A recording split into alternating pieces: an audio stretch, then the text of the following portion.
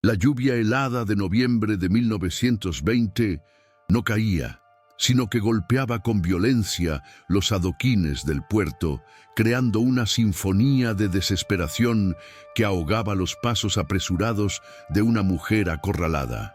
Serafina, con la respiración entrecortada y el rostro pálido oculto bajo la sombra de un sombrero empapado, se aferraba a un abrigo de Marta Sibelina como si fuera su única ancla a la vida en medio de una tormenta existencial.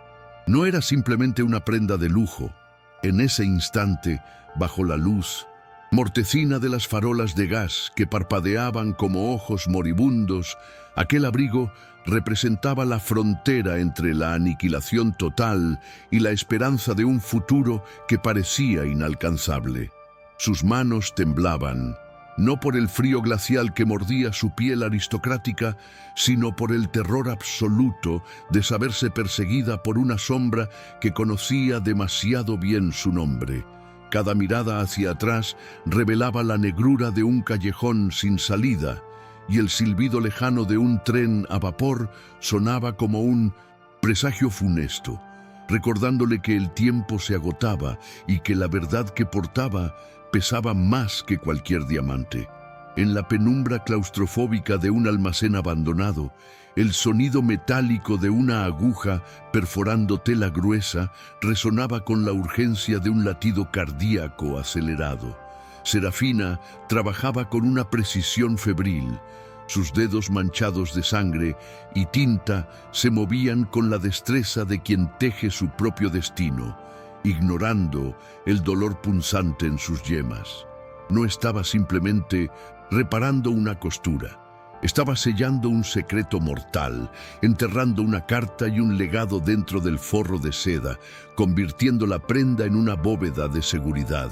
El brillo de la aguja capturaba los escasos rayos de luz, y cada puntada era una oración silenciosa, un grito ahogado de justicia que esperaba ser escuchado décadas más tarde.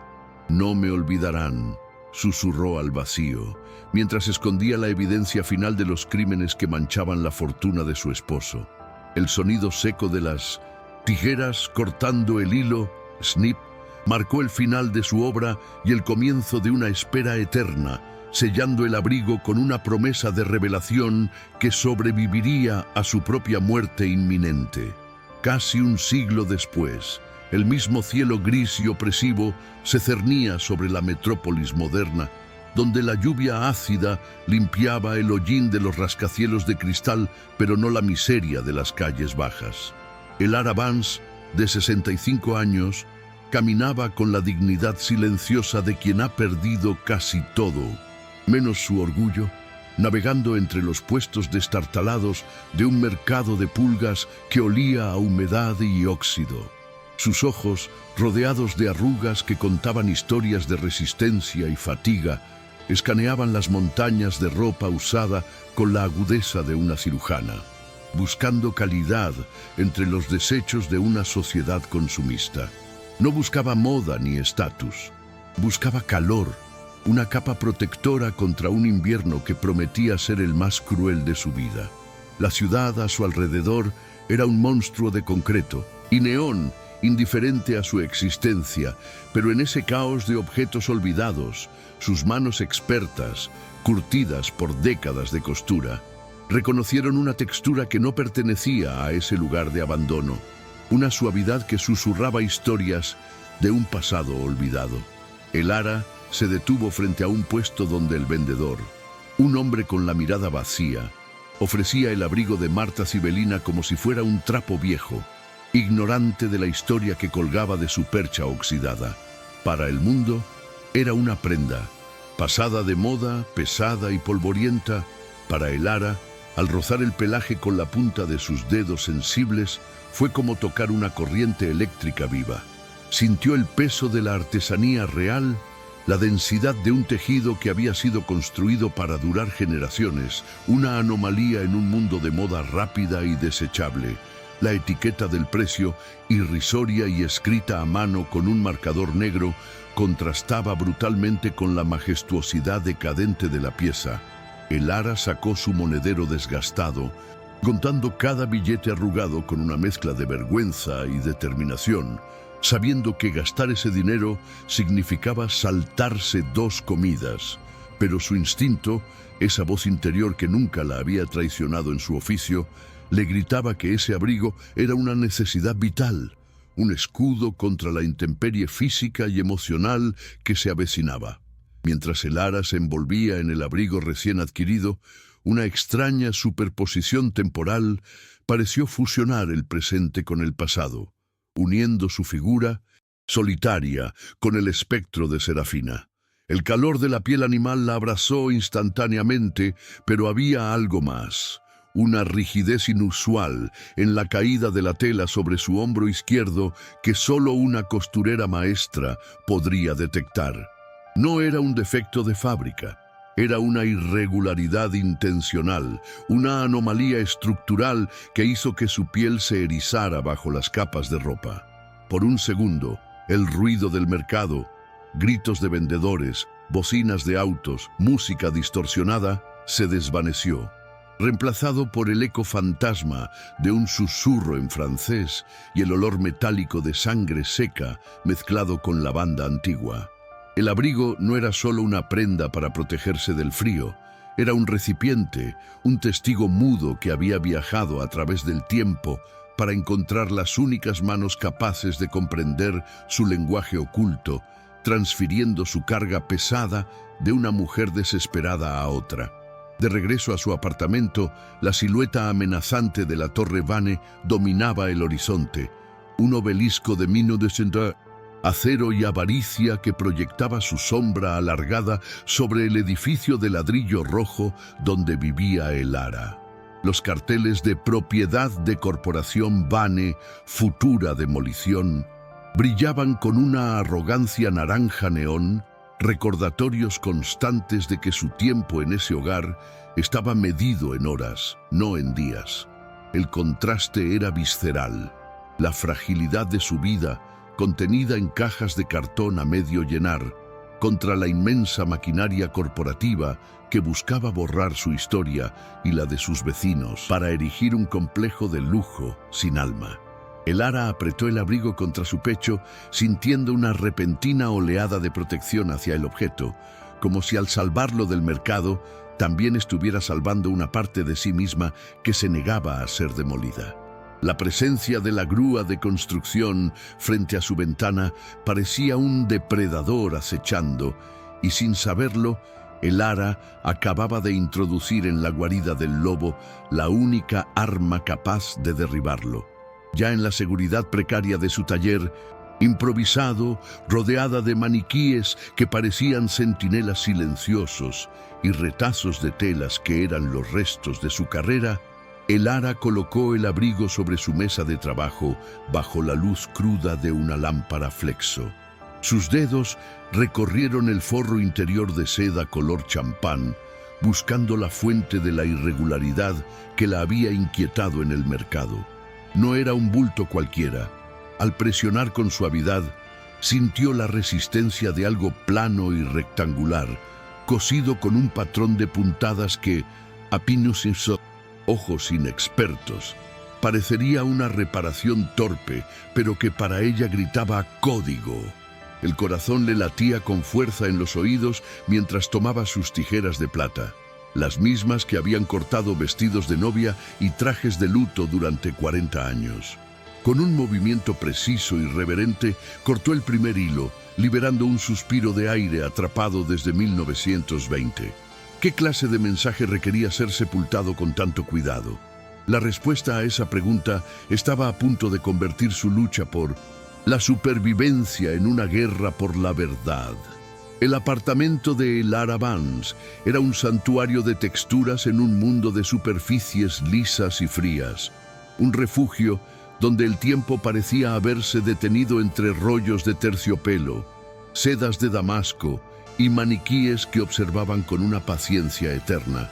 Cada rincón del pequeño espacio estaba ocupado por la historia de su oficio. Agujas clavadas en cojines de tomate rojo, bobinas de hilo organizadas por gradientes de color que imitaban un arco iris, desaturado y patrones de papel marrón colgados como pieles secas. Sin embargo, la atmósfera acogedora estaba contaminada por una hoja de papel blanco, nítida y brutal, que descansaba sobre la mesa de corte principal, la orden final de desalojo. Las letras negras, impersonales y legales le daban 48 horas para empacar 65 años de vida y desaparecer. Elara pasó la mano por la madera gastada de la mesa, sintiendo las cicatrices de 1000 cortes de tijera anteriores, y una lágrima solitaria, pesada y caliente, trazó un camino por su mejilla, cayendo sobre el documento como un sello final de su desesperación silenciosa. La soledad de Elara no era una ausencia de compañía, sino una presencia física densa que llenaba las habitaciones cuando el zumbido de su vieja máquina de coser Singer se detenía. Viuda y sin hijos, su red de seguridad se había deshilachado con los años hasta convertirse en hilos sueltos, dejándola expuesta a la voracidad de una gentrificación que no perdonaba a los ancianos ni a los pobres.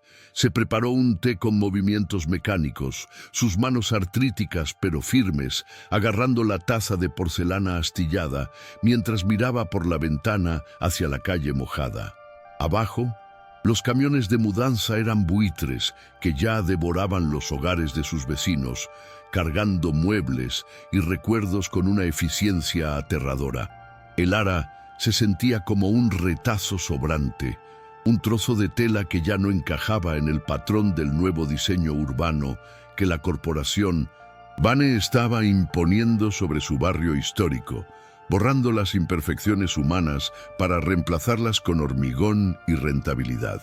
A kilómetros de distancia, en la cúspide de la Torre Van, el aire estaba climatizado a una temperatura constante y estéril que nunca variaba, un contraste absoluto con la humedad calada del apartamento de Elara. Marcus Vane, el CEO de 50 años, con la mirada de un tiburón que huele sangre en el agua, estaba de pie frente a un ventanal de piso a techo que le ofrecía una vista omnipotente de la ciudad bajo la lluvia. Su oficina era un templo al minimalismo agresivo: vidrio, cromo y cuero negro, sin un solo rastro de calidez humana o desorden. Vane ajustó los gemelos de su camisa hecha a medida, observando el sector 4 del mapa digital proyectado en su escritorio, el mismo sector donde vivía Elara. Para él, esas cuadras no eran hogares, eran un quiste en el legado arquitectónico que estaba construyendo, una mancha sucia de historia obrera que debía ser extirpada para dar paso a su visión de torres residenciales de ultralujo. Vane pulsó un botón en su intercomunicador con un dedo índice perfectamente manicurado, su voz resonando en la habitación vacía con una calma que helaba la sangre. Quiero el informe final sobre la adquisición del bloque Orpheum. No aceptaré más retrasos por sentimentalismos legales. Su obsesión no era meramente financiera. Había una urgencia personal, casi patológica, en su deseo de demoler esos edificios antiguos. La fachada de progreso y renovación urbana, Marcus Vane estaba librando una guerra privada contra el pasado, intentando enterrar bajo toneladas de cemento los rumores y las sombras que perseguían el origen de la fortuna familiar. Sabía que la historia era escrita por los vencedores, pero también sabía que la tierra a veces escupía los secretos de los muertos si se cavaba demasiado profundo. Y su objetivo era sellar esa tierra para siempre antes de que alguien hiciera las preguntas incorrectas. En el rincón más oscuro de la oficina, una figura permanecía inmóvil, casi invisible contra las paredes de pizarra negra. Era el cazador, un hombre sin nombre oficial, un solucionador de problemas que operaba en las grietas donde la ley no alcanzaba. Vane no necesitaba girarse para saber que estaba allí. Sentía su presencia como se siente una corriente de aire frío. Asegúrate de que los últimos inquilinos entiendan que su tiempo se ha acabado. Si la ley no los mueve, que sea el miedo, ordenó Vane sin apartar la vista de la lluvia. El cazador asintió levemente, un movimiento casi imperceptible, y se deslizó fuera de la oficina como una sombra líquida. La maquinaria de la corporación Vane no solo tenía abogados y dinero, tenía dientes afilados y garras, y estaban a punto de cerrarse sobre el cuello de cualquiera que se atreviera a resistir la inevitable marcha del progreso. De vuelta en el apartamento, Elara encendió la radio para ahogar el silencio, permitiendo que una melodía de jazz suave llenara el espacio, mientras volvía su atención al abrigo de Marta Sibelina. Colgado en su maniquí preferido, la prenda parecía haber cobrado vida propia, dominando la habitación con una elegancia trágica que desentonaba con la pobreza del entorno. Elara encendió su lámpara de aumento y se acercó al abrigo con la reverencia de una restauradora de arte, sus ojos entrenados buscando los puntos débiles que necesitarían refuerzo. El olor que emanaba del pelaje era complejo: naftalina, polvo antiguo y un toque sutil, pero persistente de perfume de violetas que había sobrevivido un siglo. No era solo ropa usada, era una cápsula del tiempo, y Elara, con su sensibilidad casi sobrenatural para los tejidos, podía sentir las vibraciones de pánico y urgencia que habían quedado atrapadas en las fibras. Comenzó a cepillar el pelo con suavidad, eliminando décadas de suciedad superficial, y mientras lo hacía, sus dedos tropezaron nuevamente con la anomalía en el forro interior. No era simplemente un bulto. Era una inconsistencia en la tensión del hilo, un error que una costurera de alta costura de 1920 jamás habría cometido por descuido. Elara frunció el ceño, su orgullo profesional ofendido por la supuesta chapuza, pero su curiosidad picada por la extrañeza del patrón. Los puntos eran cortos, largos, cortos, con espacios irregulares entre ellos que no cumplían ninguna función estructural. Se quitó las gafas, las limpió con el dobladillo de su blusa y se inclinó más cerca, casi tocando la seda con la nariz.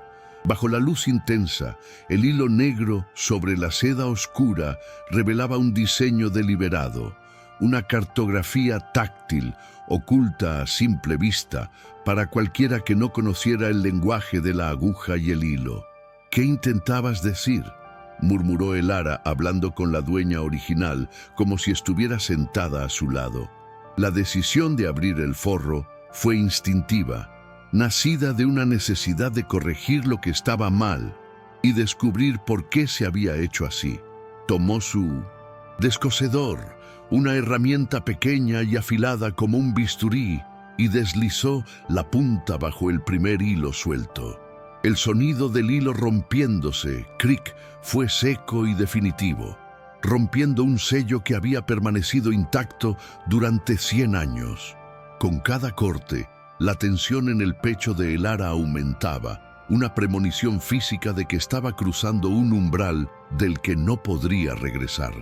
Al separar las capas de tela, el forro se abrió como una herida antigua, revelando un bolsillo secreto cosido con prisa y desesperación en la entretela del abrigo. Dentro del bolsillo oculto, doblado en un rectángulo pequeño y apretado, había un sobre de papel amarillento, quebradizo al tacto. Elara contuvo la respiración, sus manos temblando ligeramente mientras extraía el objeto con pinzas para no dañarlo con la grasa de sus dedos. El papel crujió, un sonido que evocaba hojas secas pisadas en un bosque de invierno. Al desdoblarlo, algo cayó sobre la mesa con un tintineo metálico sordo. Una llave de hierro antigua, pesada y oxidada, con una cabeza ornamentada que sugería una cerradura importante. Pero fue el papel lo que heló la sangre de Elara. Los bordes estaban manchados de un marrón rojizo oscuro, inconfundiblemente sangre seca, que había empapado la fibra y se había oxidado con el tiempo, testamento de la violencia que había acompañado a la escritura de ese mensaje. La carta estaba escrita en francés, con una caligrafía cursiva, elegante pero frenética, las letras inclinándose hacia la derecha como si huyeran de la página. Lara, que había aprendido rudimentos de francés en su juventud estudiando revistas de moda importadas, comenzó a descifrar las palabras, sus labios moviéndose en silencio. Mon amour, si lees esto ya no existo. La voz de Serafina irrumpió en su mente, clara y aterrorizada, trascendiendo la barrera del idioma y el tiempo. No era una carta de amor convencional, era un testamento, una confesión y una advertencia. Lara sintió un escalofrío recorrer su espalda, la sensación de ser observada intensificándose. La carta hablaba de traición, de un hombre con ojos de hielo y de un robo que había condenado a una familia entera. Más abajo en la página, el texto se volvía críptico, hablando de la lágrima que nunca se seca y de un camino marcado en la piel de la bestia. Lara levantó la vista hacia el abrigo. La piel de la bestia. No era una metáfora. Volvió a mirar el forro que había empezado a descoser. Ahora, con la carta como contexto, los patrones de costura irregulares ya no parecían errores. Eran coordenadas. Lara se levantó, tomó el abrigo y lo sostuvo a contraluz frente a la ventana lluviosa. La luz de la calle atravesó los agujeros de las puntadas, proyectando un patrón de estrellas y líneas sobre el suelo de madera de su apartamento. No era solo un abrigo, era un mapa, y el hombre que había perseguido a la autora de la carta o sus descendientes seguramente matarían por recuperar lo que ella acababa de encontrar. De repente, el sonido de un golpe fuerte en la puerta de su apartamento la hizo saltar, el corazón golpeando contra sus costillas como un pájaro enjaulado. Lara ocultó instintivamente la carta y la llave en el bolsillo de su delantal y miró hacia la entrada. «Señora Vance, sabemos que está ahí. Corporación Baine, tenemos una actualización sobre su aviso de desalojo», gritó una voz masculina carente de empatía. No era el cartero. El tono era autoritario, exigente. Lara miró el abrigo, luego la puerta. La amenaza ya no era abstracta ni futura. Estaba al otro lado de la madera, respirando su mismo aire. En ese instante, la vulnerabilidad de su vejez chocó con una nueva y feroz determinación. No abriría la puerta. No todavía. Lara apagó la luz principal, quedando en la penumbra iluminada solo por el resplandor naranja de la grúa de construcción exterior. Se movió con el sigilo que había aprendido viviendo sola, acercándose a la mirilla. Al otro lado, no había un administrativo con un traje. Había dos hombres, uno de ellos con una chaqueta de cuero que no lograba ocultar el bulto de algo pesado en su cintura. El instinto de supervivencia de Lara, dormido bajo capas de resignación, despertó con un rugido. Sabían quién era. Y si la carta decía la verdad, el desalojo era solo la excusa. Querían el edificio, sí, pero tal vez, solo tal vez, la historia de Serafina y la de los Vane estaban entrelazadas de una manera que ponía su vida en un peligro inmediato y mortal. Regresó a la mesa y miró la carta una vez más. Las fechas coincidían. 1920. El año en que el abuelo de Marcus Bain fundó el imperio inmobiliario que ahora devoraba la ciudad. La conexión golpeó a Lara con la fuerza de una bofetada física. El dinero de sangre, del que hablaban los rumores del barrio, no era una metáfora. El abrigo contenía la prueba del pecado original de la familia Vane. Lara comprendió entonces que su lucha por el apartamento se había transformado en algo mucho más grande. Ya no se trataba solo de 4 paredes, se trataba de justicia, y ella, una costurera invisible, tenía en sus manos el hilo capaz de deshacer todo el tejido de mentiras de la corporación más poderosa de la ciudad. Pero necesitaba ayuda. Sus conocimientos de telas y costura eran vastos, pero descifrar un mapa histórico y una conspiración centenaria requería otro tipo de mente.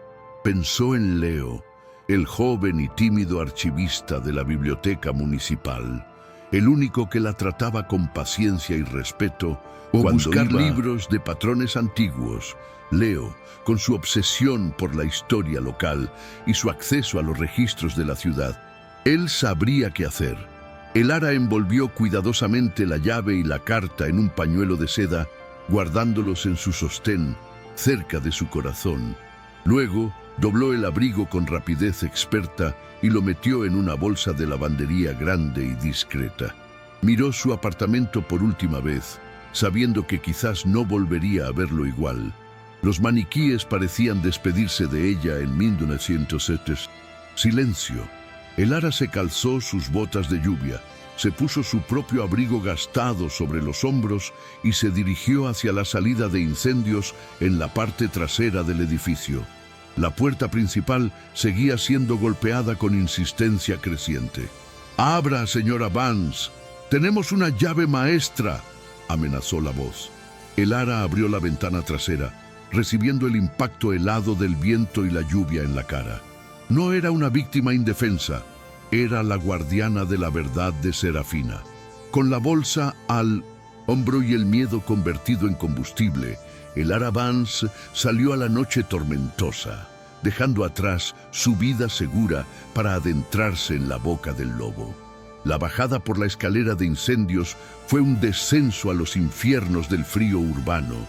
El metal resbaladizo bajo sus botas, traicionando la fragilidad de sus rodillas. El ara apretaba la bolsa de lavandería contra su pecho como un escudo improvisado, sintiendo cómo el viento helado le cortaba la cara y le entumecía los dedos. Abajo, en el callejón, las sombras parecían cobrar vida, alargándose y retorciéndose con cada destello de los relámpagos lejanos.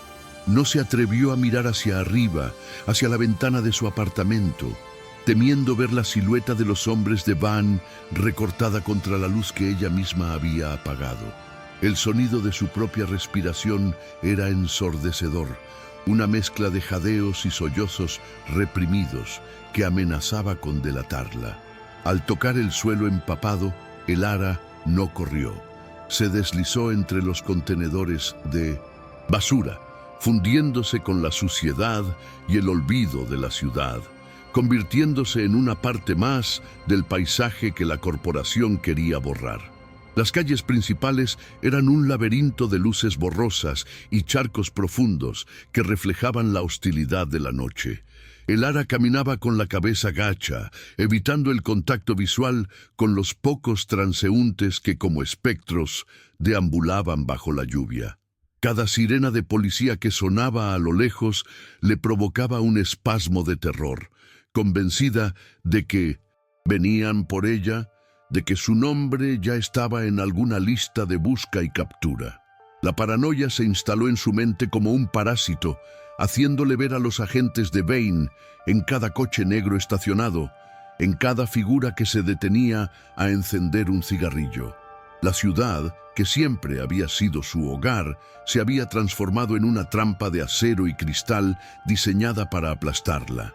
Su único destino seguro, su faro en medio de la tormenta, era la biblioteca municipal, un bastión de piedra antigua que prometía el anonimato del conocimiento olvidado. Al empujar las pesadas puertas de roble de la biblioteca, el silencio la golpeó con una fuerza física, un contraste abrumador con el caos de la tormenta exterior. El aire olía a papel viejo, cera de muebles y calefacción central, un aroma que instantáneamente bajó sus pulsaciones, aunque no su miedo. El ara se sacudió el agua del abrigo como un perro callejero, sintiéndose pequeña e intrusa en aquel templo del silencio. Caminó rápido hacia la sección de archivos históricos, sus botas chirriando vergonzosamente sobre el mármol pulido. Necesitaba encontrar a Leo. Él era la única persona en el mundo que entendía que el pasado no estaba muerto, sino simplemente esperando ser leído. Lo encontró en su rincón habitual, rodeado de torres de libros y mapas desplegados, un joven delgado con gafas gruesas que parecía vivir en otra época, ajeno a la cacería que acababa de comenzar en las calles. Leo levantó la vista, sorprendido por la intrusión abrupta en su santuario privado. Al ver el estado de Elara, el cabello pegado al cráneo por la lluvia, los ojos desorbitados por el pánico, las manos temblorosas aferradas a una bolsa de lavandería sucia, su expresión cambió de la curiosidad a la alarma genuina. Sin decir una palabra, Elara dejó caer la bolsa sobre la mesa de lectura, desplazando documentos del siglo XIX sin miramiento. ¿Estás bien? Pareces haber visto un fantasma, susurró Leo, poniéndose de pie instintivamente. Elara negó con la cabeza, incapaz de articular el horror de los últimos 30 minutos. Con dedos torpes, extrajo el abrigo de Marta Sibelina y lo extendió sobre la mesa, la piel oscura absorbiendo la luz de la lámpara verde. Luego, colocó la carta manchada de sangre y la llave oxidada encima. No es un fantasma, Leo. Es una tumba abierta, logró decir finalmente, su voz quebrada por la urgencia. El joven archivista se ajustó las gafas y se inclinó sobre los objetos, su fascinación profesional luchando contra la preocupación por su amiga.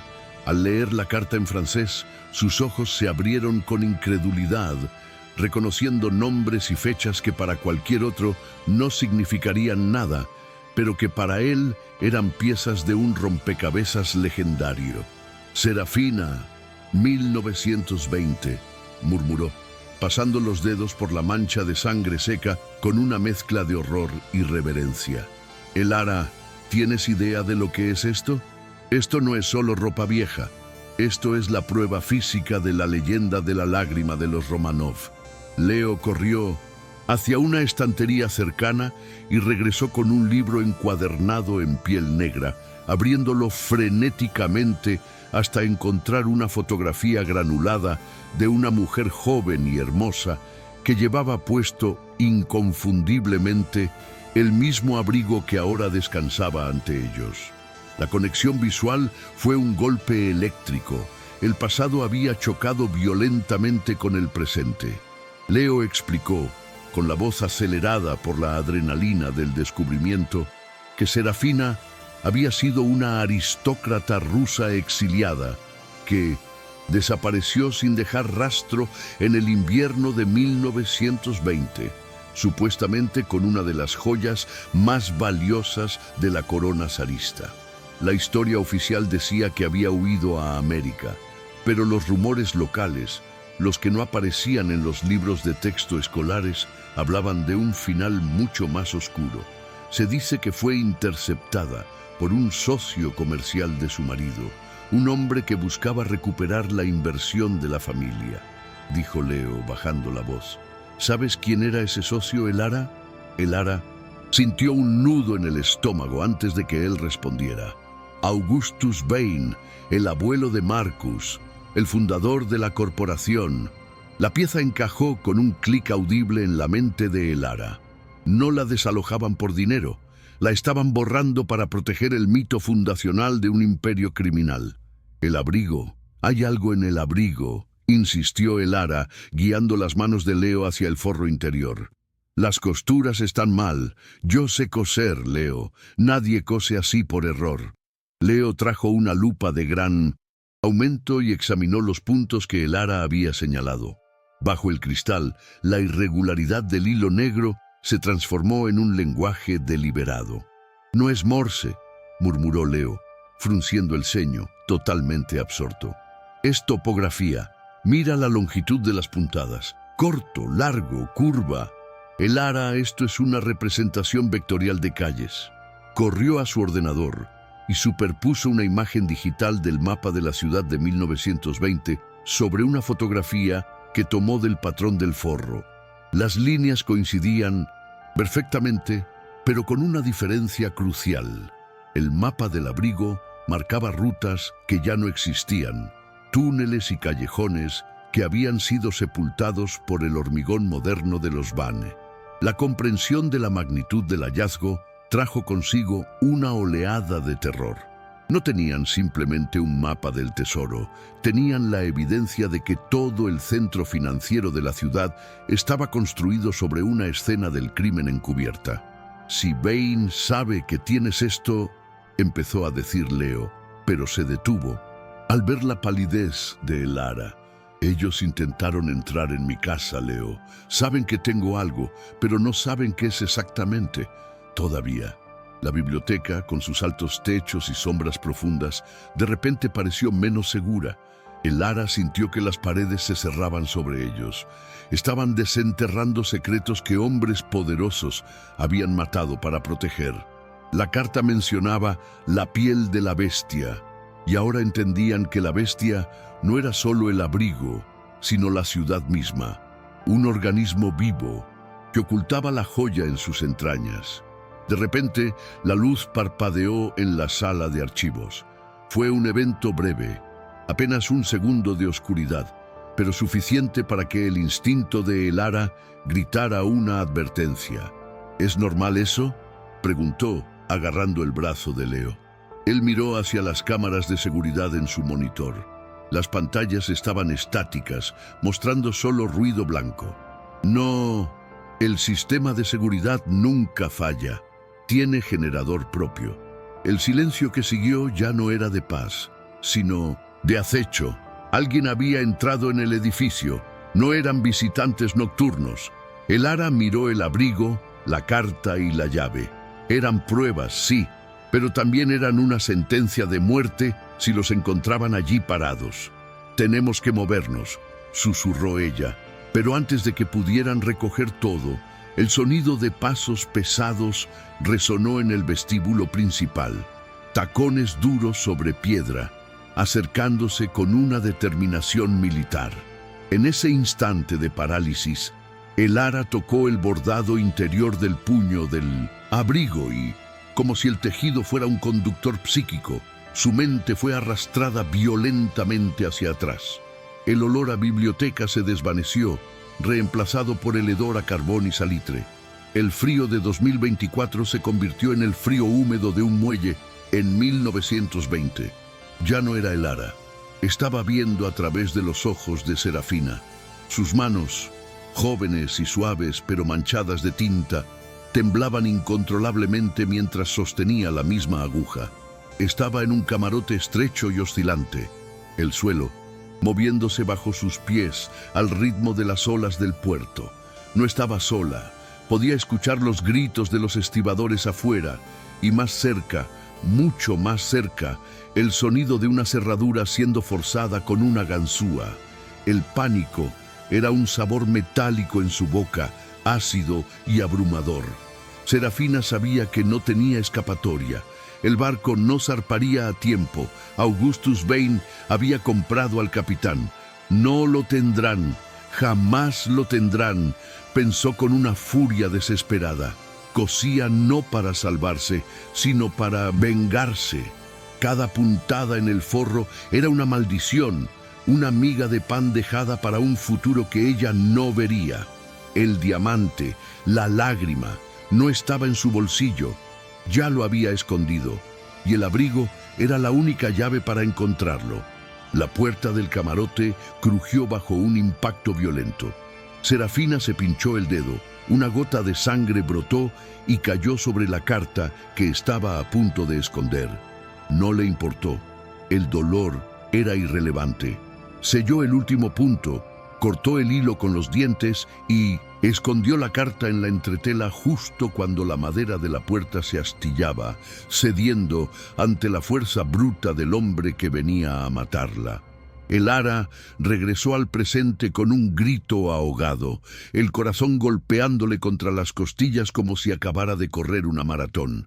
Leo la sostenía por los hombros, sacudiéndola suavemente. «Elara, Elara, ¿qué te pasa?».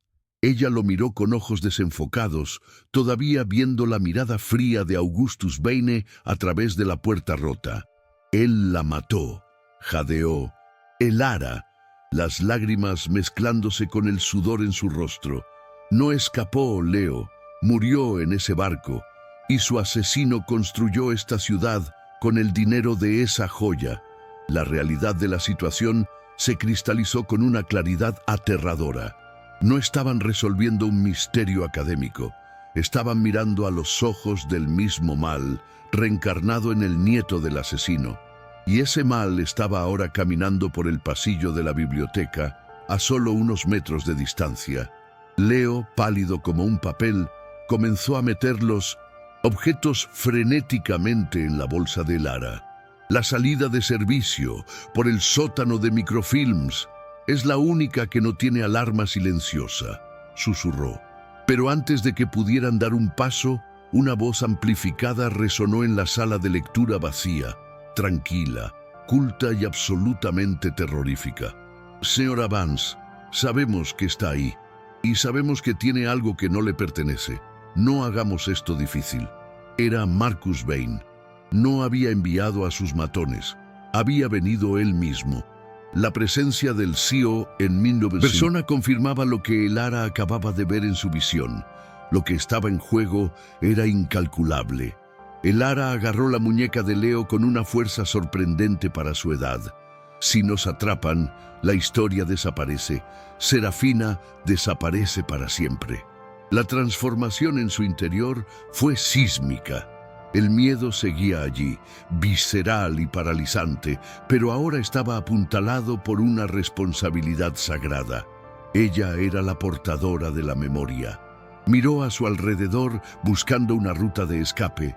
Sus ojos, de costurera, analizando el espacio como si fuera un patrón complejo que necesitaba ser alterado. Vio las cortinas de terciopelo pesado que cubrían las ventanas altas de la sala de lectura. «Leo, dame tu navaja», ordenó, su voz baja y firme. No iban a salir por la puerta. Iban a tener que cortar su propio camino hacia la libertad, tal como Serafina había intentado coser el suyo. Leo le pasó una pequeña navaja multiusos, sus manos temblando tanto que casi se le cae. Lara corrió hacia las cortinas, rajando la tela con un movimiento rápido y preciso, creando una cuerda improvisada. Los pasos se acercaban, lentos, deliberados, disfrutando de la caza.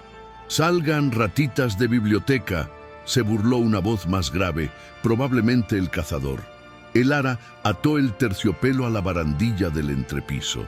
La primera complicación no era solo que los perseguían, era que el enemigo tenía el control total del tablero. Habían subestimado el alcance de Vane.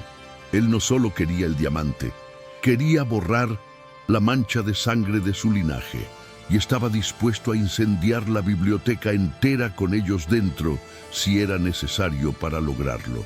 Lara y Leo se descolgaron por la ventana justo cuando las puertas de la sala de archivos se abrían de golpe. Cayeron sobre un contenedor de reciclaje lleno de cartón mojado en el callejón trasero, el impacto sacándoles el aire de los pulmones. Arriba, en la ventana rota, la silueta del cazador se asomó, una sombra negra contra la luz de la biblioteca. Los vio. No disparó. Simplemente sacó un teléfono y marcó un número. La cacería había dejado de ser una persecución de desalojo para convertirse en una operación de exterminio. Lara se levantó, ayudando a Leo, y miró el abrigo que abrazaba contra su pecho. Ahora entendía el peso real de la prenda. No era un abrigo de piel, era un chaleco antibalas hecho de historia, y era lo único que se interponía entre ellos y la oscuridad total. Corrieron hacia la noche, dejando atrás la seguridad de los libros y la lógica. La ciudad se extendía ante ellos como un mapa hostil, lleno de trampas y ojos electrónicos, pero ahora tenían una ventaja, por pequeña que fuera. Sabían leer el código oculto bajo sus pies. Mientras se adentraban en las sombras del distrito industrial, Lara desplegó mentalmente el mapa del abrigo.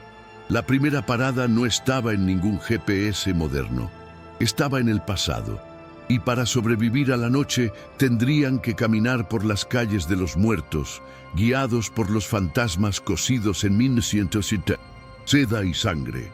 La verdadera prueba acababa de comenzar, y el margen de error era cero.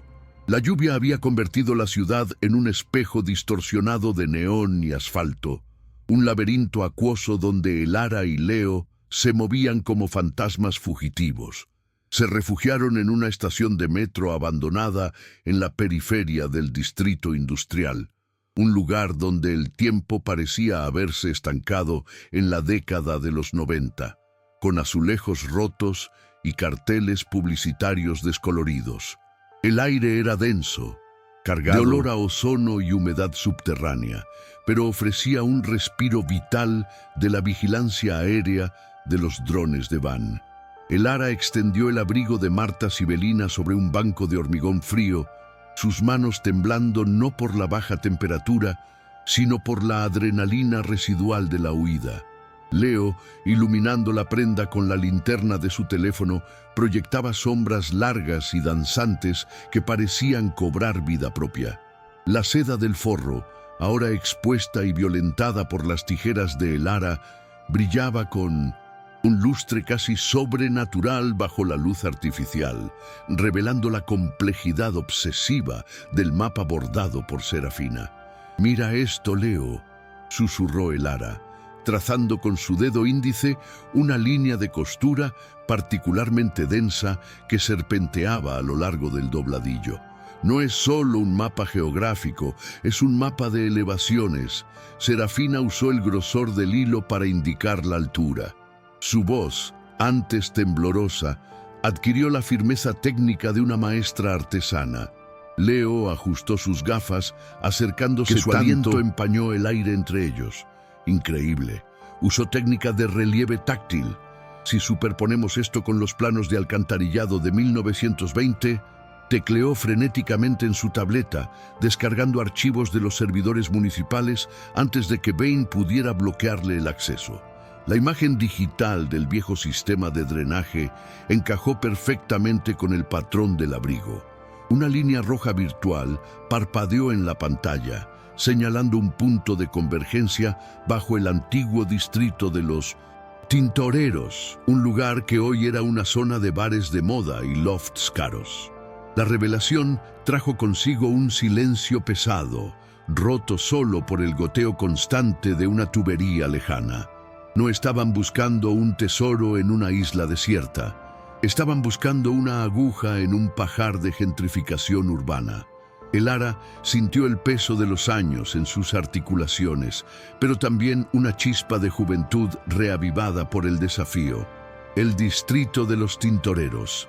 Mi padre solía trabajar allí antes de que las fábricas cerraran, dijo ella con una melancolía que suavizaba sus rasgos duros.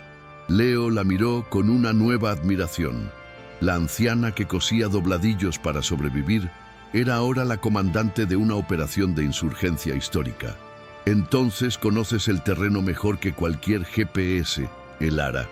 Vane tiene satélites, pero tú tienes memoria.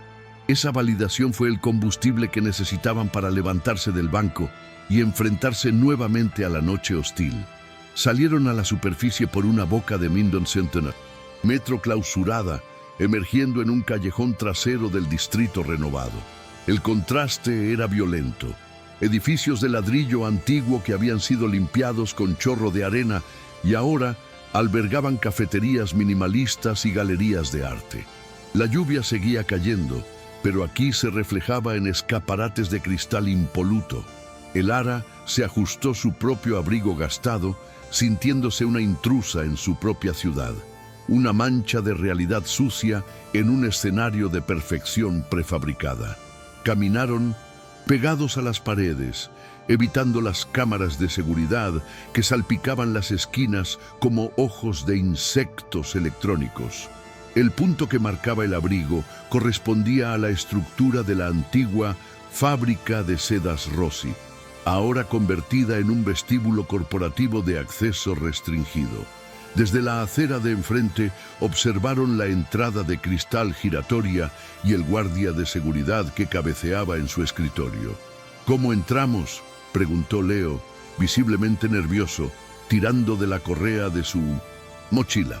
El Ara sonrió, una mueca astuta que iluminó su rostro cansado. No entramos por la puerta principal, chico. Las fábricas de seda necesitaban ventilación cruzada para los vapores de los tintes. Había conductos a nivel de calle que nunca se sellaron del todo porque son parte de los cimientos históricos. Guió a Leo hacia un lateral del edificio donde unos arbustos ornamentales ocultaban una rejilla de hierro forjado oxidada. El ara sacó de su bolso un juego de herramientas de costura y usó el mango de acero de sus tijeras grandes como palanca. Con un gemido de metal torturado, la rejilla cedió lo suficiente para que pudieran deslizarse hacia la oscuridad del sótano. El interior olía a tierra mojada y a historia estancada. Avanzaron a tientas por un pasillo de servicio hasta llegar a una pared de ladrillo original que había sido preservada como elemento decorativo en el sótano del edificio moderno. El ara sacó el abrigo de la bolsa y lo sostuvo contra la pared, buscando una coincidencia táctil. «Aquí», susurró. Una serie de ladrillos sobresalía ligeramente, formando un patrón idéntico a las puntadas en el cuello del abrigo. No era una coincidencia, era un mensaje dejado en piedra. Leo iluminó la zona y descubrió que uno de los ladrillos tenía una pequeña ranura casi invisible.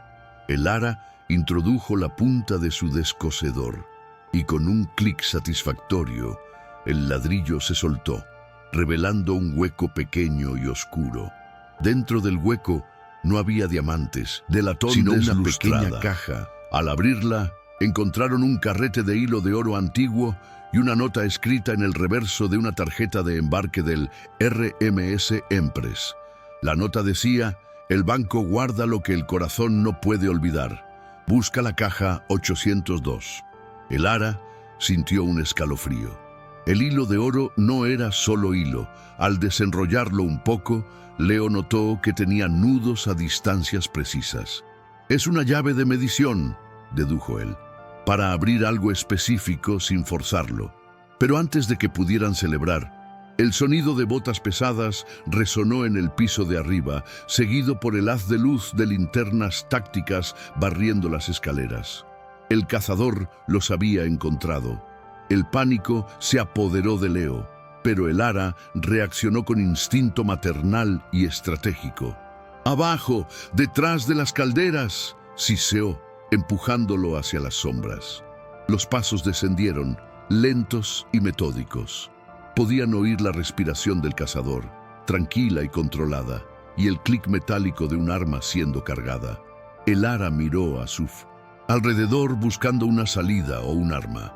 Vio una tubería de vapor con una válvula de seguridad vieja y corroída. Le hizo una señal a Leo para que se cubriera los oídos y la boca. Con un movimiento rápido, el ara lanzó su pesado bolso de costura contra la válvula. El impacto rompió el sello oxidado y un chorro de vapor hirviendo estalló en el pasillo, llenando el espacio de una niebla blanca, densa y abrasadora, acompañada de un silbido ensordecedor. Aprovechando la confusión y los gritos de sorpresa de los perseguidores, el ara y Leo corrieron hacia una salida de emergencia al final del pasillo, guiándose de memoria en la ceguera blanca del vapor. Salieron tosiendo a un callejón lateral, empapados de sudor y lluvia. No se detuvieron. Corrieron hasta que sus pulmones ardieron y las luces de la fábrica quedaron atrás. Se detuvieron bajo el toldo de una tienda cerrada para recuperar el aliento. Leo miraba a el ara con ojos desorbitados. «Salvaste nuestras vidas», jadeó. El ara se miró, las manos temblorosas. «Solo descosí una costura, Leo. A veces hay que romper para arreglar». Pero sabía que la suerte no duraría para siempre. El cazador sabía dónde estaban y, peor aún, sabía hacia dónde iban. Mientras recuperaban el aliento, la mente de el ara fue arrastrada nuevamente hacia el pasado por la intensidad del momento. El olor a vapor le recordó a los trenes de 1920. Vio a Serafina sentada en un banco de parque helado, observando el edificio del Banco Central desde la distancia, con el abrigo apretado contra su cuerpo embarazado. Sí, embarazada. La revelación golpeó a el ara con fuerza. Serafina no solo huía por ella, huía por un hijo. El abrigo era un nido, una protección para dos vidas. La desesperación de Serafina se filtró en los huesos de Elara. La aristócrata rusa acariciaba su vientre y lloraba en silencio, sabiendo que tal vez nunca vería crecer a esa criatura, que su legado tendría que ser una búsqueda del tesoro en lugar de una canción de cuna. De vuelta en el presente, la lluvia amainó ligeramente, dejando un silencio tenso en la ciudad. Elara y Leo caminaron hacia el distrito financiero, donde los rascacielos se alzaban como catedrales del dinero. El Banco Central, ahora un edificio histórico protegido y convertido en museo numismático y archivo privado, era su próximo destino. La llave de hierro que Elara llevaba en su sostén pesaba toneladas. Llegaron a la entrada de servicio, donde Leo usó una tarjeta clonada que había preparado en sus días de hackeo adolescente, una habilidad que Elara desconocía y que la sorprendió gratamente. «Todos tenemos un pasado, Elara», dijo él, con una sonrisa nerviosa, mientras la luz del lector pasaba de rojo a verde. El interior del banco era un mausoleo de mármol y bronce, silencioso como una tumba faraónica. Sus pasos resonaban demasiado fuerte, así que se quitaron los zapatos y avanzaron en calcetines sobre el suelo frío. Bajaron a la cámara acorazada, un lugar donde el aire parecía no haberse movido en décadas. Las paredes estaban forradas con miles de pequeñas cajas de seguridad de metal. Leo iluminó las filas con su linterna, buscando el número 802. Elara sentía la presencia de los fantasmas de todas las fortunas y secretos guardados allí. Finalmente la encontraron. Una caja situada a la altura de los ojos, con el latón más oscuro que las demás. Elara sacó la llave de hierro oxidada. Sus manos temblaban tanto que tuvo que usar ambas para guiar la llave hacia la cerradura. La llave giró con un chirrido de protesta, resistiéndose al despertar después de un siglo de sueño. El mecanismo interno hizo clac y la puertecita se abrió. Elara contuvo la respiración. Leo se acercó, expectante. Dentro no había dinero, ni joyas. Había un pequeño libro encuadernado en cuero negro, un diario de a bordo marítimo, y debajo, envuelto en un pañuelo de encaje, un par de patucos de bebé tejidos a mano, minúsculos y amarillentos por el tiempo. Elara sacó los patucos y los acunó en sus manos callosas. La suavidad de la lana contrastaba con la dureza de la persecución. Eran la prueba física de la visión que había tenido. Serafina había sido madre. Leo tomó el diario y comenzó a hojearlo con avidez. Este es el diario personal del capitán del barco donde supuestamente huyó Serafina.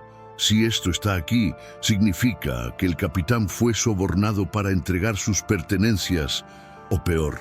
Leyó una entrada en voz alta. 4 de diciembre de 1920. El señor Bain ha subido a bordo. La carga especial ha sido... La mujer no causará problemas. El mar es profundo y silencioso. Leo levantó la vista, pálido. Elara, esto es la confesión. Augustus Bain estaba en el barco. Él la tiró por la borda. La brutalidad de la confirmación llenó la cámara acorazada de un horror frío. No había sido un accidente, ni una desaparición misteriosa. Había sido un asesinato a sangre fría para robar una fortuna. Elara acarició los patucos de bebé, sintiendo una conexión que trascendía la lógica. En ese momento, la historia dejó de ser sobre diamantes o edificios. Se trataba de la pérdida, de las vidas interrumpidas por la codicia de otros. Miró a Leo, luego a la oscuridad de la cámara acorazada, y por un instante su mirada pareció atravesar la pantalla, conectando directamente con algo universal. «Sabes, Leo», dijo con voz suave, «a veces guardamos cosas que para el mundo son basura. Un botón, una entrada de cine, unos zapatos viejos. Pero no guardamos el objeto, guardamos el momento en que fuimos amados. Y mientras conservemos eso, nadie muere realmente del todo». El narrador hace una pausa imperceptible. El tono se vuelve íntimo, casi un susurro al oído del espectador. Tal vez tú también tengas en un cajón olvidado ese objeto simple que no puedes tirar, esa pequeña pieza de historia personal que si alguien la encontrara dentro de 100 años, contaría quién fuiste y a quién amaste de verdad. El momento de reflexión fue roto por el sonido de una notificación en el teléfono de Leo. ¡Mierda!, maldijo rompiendo la atmósfera sagrada. Mis cuentas bancarias, mis accesos a la biblioteca, todo ha sido borrado. Vane me acaba de convertir en un fantasma digital. Elara guardó los patucos y el diario en su bolso con una determinación renovada. Ya éramos fantasmas para ellos, Leo. Ahora solo somos fantasmas peligrosos. El diario tenía una última página marcada con la misma tinta roja que la carta. Un dibujo esquemático de un escenario teatral y una frase: donde la tragedia se convierte en aplauso, la lágrima descansa. El Teatro Orfeum, dijeron ambos al unísono. Era el teatro abandonado en el centro del barrio de Elara, el mismo que Vane quería demoler primero. Todo cerraba un círculo perfecto. La joya estaba escondida en el lugar donde Serafina y Augustus Vane se conocieron, en el palco privado de la familia. El diamante no había salido de la ciudad. Había estado esperando bajo el polvo de las bambalinas todo este tiempo. Pero llegar allí no sería fácil. El teatro estaba rodeado por las vallas de construcción de la corporación Van, custodiado por un ejército privado. Salieron del banco por una salida lateral que daba a un callejón estrecho. La lluvia había parado, pero la niebla había bajado, espesa y traicionera. Elara sentía que el cansancio empezaba a cobrar su precio. Sus piernas pesaban como plomo y el frío se le había metido en los huesos. Leo le ofreció su brazo y ella lo aceptó, apoyándose en su juventud. La dinámica entre ellos había cambiado. Ya no eran desconocidos unidos por la circunstancia, eran familia forjada en la batalla. Estamos cerca, Elara. Puedo sentirlo, dijo Leo, tratando de sonar optimista. Pero Elara miró hacia las sombras y vio algo que la heló, el brillo de una mira láser roja bailando sobre el pecho de Leo. ¡Al suelo!, gritó Elara, empujando a Leo contra unos cubos de basura justo cuando un disparo silencioso astillaba el ladrillo donde había estado su cabeza un segundo antes. El cazador no estaba jugando a atraparlos, estaba tirando a matar. Se arrastraron por el suelo húmedo, el corazón en la garganta. La escalada había terminado, ahora era una guerra abierta. Elara miró hacia el final del callejón y vio la silueta del Teatro Orfeum recortada contra el cielo nocturno, esquelética y amenazante. Era su destino final, pero el camino estaba bloqueado por un asesino profesional. Elara buscó en su bolso algo, cualquier cosa que pudiera servir de arma. Sus dedos rozaron un spray de apresto, en químico industrial que usaba para endurecer telas. «Leo, cuando te diga corre hacia la izquierda, yo iré a la derecha», ordenó. Leo la miró con terror. «¿Qué vas a hacer?» «Voy a hacer lo que hace una costurera cuando el patrón no encaja, improvisar». Elara se puso de pie exponiéndose y gritó hacia la oscuridad. «Vane no tendrá el diario, lo quemaré antes». Fue un farol desesperado, pero funcionó. La sombra del cazador se movió hacia ella, saliendo de su cobertura, confiado en su superioridad física frente a una anciana. Cuando el hombre estuvo a 3 metros, Elara no corrió. Esperó, aguantando la respiración, calculando la distancia como si midiera tela. El cazador levantó su arma, una sonrisa cruel visible bajo la luz de una farola lejana. En ese instante, Elara sacó el spray y roció una nube densa y tóxica directamente a los ojos del asesino. El hombre gritó, llevándose las manos a la cara, cegado por los químicos abrasivos. «¡Ahora, Leo!», gritó ella. Ambos corrieron, pasándolo, sus botas golpeando el asfalto con desesperación. Llegaron a la calle principal, mezclándose con un grupo de trabajadores nocturnos que salían de un turno, usando la multitud como escudo humano. El Teatro Orfeum Estaba a solo 5 manzanas, pero parecían 5 kilómetros. Elara sentía que su corazón iba a estallar, pero la imagen de los patucos de bebé y la verdad del diario la empujaban hacia adelante. Habían encontrado las pistas, habían sobrevivido a las trampas y ahora tenían la prueba definitiva. Pero Vane también lo sabía. El CEO no estaba en su oficina. Su limusina negra estaba aparcada frente al teatro esperando. Elara se detuvo en la esquina, respirando con dificultad, y miró a Leo. «Escúchame bien. Si algo me pasa, tú llevas el diario a la prensa. No pares por nada». Leo negó con la cabeza, con lágrimas en los ojos. «Entramos juntos, Elara. Terminamos esto juntos». La anciana asintió, conmovida. Se ajustó el abrigo de Marta Sibelina, que ahora estaba sucio y mojado, pero que ella llevaba como una armadura real. La confrontación final no sería en un tribunal ni en una comisaría. Sería en el escenario de un teatro muerto, donde los fantasmas del pasado estaban a punto de recibir su ovación final. Al acercarse a la entrada trasera del teatro, vieron que las cadenas habían sido cortadas. Alguien ya estaba dentro. Elara sintió un pinchazo de duda. ¿Y si era una trampa elaborada? ¿Y si el diamante ya no estaba allí? Pero entonces sintió de nuevo esa vibración en el abrigo, ese calor inexplicable en el hombro izquierdo. Serafina la estaba guiando. No había miedo en la señal, solo una urgencia final. Elara empujó la pesada puerta de metal y entraron en la oscuridad total del Orfeum, tragados por la boca del lobo, listos para encender la luz o morir intentándolo. La carrera contra el tiempo había terminado. La batalla final por la verdad acababa de comenzar. El interior del Teatro Orfeum era una catedral de silencio sepulcral, donde el aire, estancado, pesaba sobre los hombros como una manta mojada de terciopelo. Las vigas de luz de las linternas de Leo y Elara cortaban la oscuridad, revelando butacas vacías cubiertas de sábanas blancas que parecían un ejército de espectros esperando una función que nunca comenzaría. El polvo flotaba en suspensión, partículas doradas que danzaban en los haces de luz, creando una atmósfera onírica y asfixiante. Elara sintió que el edificio mismo la observaba. Cada crujido de la madera bajo sus pies era un susurro de advertencia o bienvenida. El olor a humedad y pintura vieja le recordó a los camerinos de su juventud, cuando acompañaba a su madre a entregar vestuario. Pero aquí el aroma estaba podrido, corrompido por décadas de abandono y secretos no resueltos.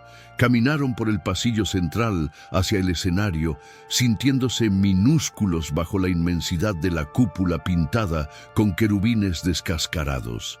El abrigo de Marta Sibelina, que Elara llevaba puesto ahora para protegerse del frío, húmedo del interior, parecía vibrar en sintonía con el lugar.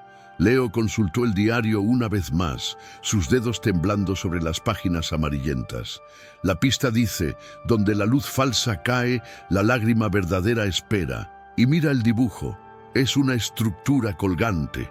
Leo apuntó su linterna hacia el techo, pero la oscuridad se tragaba la luz antes de llegar a la bóveda. Sin embargo, algo brilló en el centro del escenario. Una montaña de cristal y bronce derrumbada, como un animal prehistórico, abatido en su propia guarida. Era el gran candelabro central del teatro. Había caído, o quizás había sido bajado para una limpieza hace un siglo y jamás regresado a su altura, quedando varado en las tablas del escenario como un naufragio de lujo. Elara se acercó con cautela, fascinada por la magnificencia rota del objeto. Miles de prismas de cristal, cubiertos de una capa gruesa de mugre gris, reflejaban la luz de sus linternas con destellos débiles y tristes. «La luz falsa», murmuró Elara, comprendiendo la metáfora de Serafina. «Un candelabro imita a las estrellas, pero no da calor. Se arrodilló junto a la estructura, sus manos de costurera buscando instintivamente la anomalía, el defecto en el patrón que siempre delataba la verdad oculta en las cosas bellas. Leo se mantuvo vigilando la entrada del auditorio, girándose ante cada sombra que parecía moverse en los palcos laterales. ¿Ves algo, Elara? Tenemos poco tiempo. Vane debe estar rompiendo la puerta en cualquier momento. Elara no respondió. Estaba en trance. Sus dedos recorrían los brazos de bronce del candelabro, limpiando el polvo con la manga de su abrigo. Buscaba una discrepancia en la simetría, y la encontró. En el centro exacto de la estructura, rodeado de cristales en forma de lágrima de vidrio común, había uno que no tenía la misma temperatura al tacto. El vidrio se calienta rápido con la mano. El diamante permanece fríamente indiferente. Elara sacó un pañuelo y frotó la pieza con fuerza. Bajo la capa de suciedad negra, surgió un destello que casi la ciega, un fuego blanco y azulado que capturó la luz de la linterna y la amplificó con una pureza aterradora. No era un cristal de lámpara, era la lágrima de los Romanov. Ahí estaba, impasible, escondida a plena vista entre imitaciones baratas, burlándose de todos los que la habían buscado excavando la tierra. El corazón de Elara dio un vuelco violento. Tenía en sus manos el motivo de la muerte de Serafina, la fuente de la riqueza de los Vane y la salvación de su propio futuro. La magnitud del hallazgo la mareó. No era solo una joya, era historia condensada en carbono. Al tocar el diamante, la visión final de Serafina la asaltó con una claridad brutal, no como un recuerdo lejano, sino como una vivencia presente. Vio el teatro en 1920, lleno de gente, pero vio a Serafina en el andamio de mantenimiento, aterrorizada, aprovechando un ensayo para ocultar la joya en el candelabro que estaba bajado. Vio sus manos sangrando, no por la costura, esta vez, sino por el esfuerzo de manipular el engarce de metal. Aquí estarás segura hasta que la verdad pueda brillar. Escuchó que susurraba la aristócrata. Serafina no había huido con el diamante, lo había dejado atrás como testigo. Ella sabía que iba a morir. El plan nunca fue escapar con la riqueza, sino asegurar que la prueba del crimen sobreviviera al criminal. El impacto emocional de esta revelación hizo que Elara se tambaleara. Serafina se había sacrificado. Había caminado hacia su muerte en ese barco, sabiendo que dejaba atrás la bomba de tiempo que eventualmente destruiría a su asesino. Elara miró a Leo, con los ojos llenos de lágrimas. No es un tesoro, Leo. Es una sentencia. Ella lo dejó aquí para que alguien terminara lo que ella empezó. La responsabilidad cayó sobre Elara con el peso de una losa. Ya no era una víctima de desalojo. Era la ejecutora de una voluntad testamentaria escrita en sangre hace 100 años. La conexión entre las dos mujeres se cerró perfectamente. La costurera que escondió y la costurera que encontró. De repente, el sonido estruendoso de las puertas principales del teatro siendo forzadas rompió la intimidad del momento. El eco resonó en la acústica perfecta de la sala como un disparo de cañón. «¡Señora Vance! ¡Se acabó el juego!». La voz de Marcus Vane, amplificada por la ira, llenó el espacio vacío. Ya no había dónde esconderse. Estaban en el escenario, el lugar más expuesto de todo el edificio. Leo se agazapó detrás del candelabro y paralizado por el terror. «¿Qué hacemos? Corremos», susurró, buscando una salida en las bambalinas oscuras. Pero Elara se quedó quieta, su mano cerrada alrededor del diamante que aún no había arrancado de su engarce. Elara miró hacia la oscuridad del auditorio, donde las linternas de los mercenarios comenzaban a barrer las filas de butacas como ojos de depredadores. El miedo, que la había acompañado durante toda la noche, de repente se evaporó, reemplazado por una furia fría y calculadora.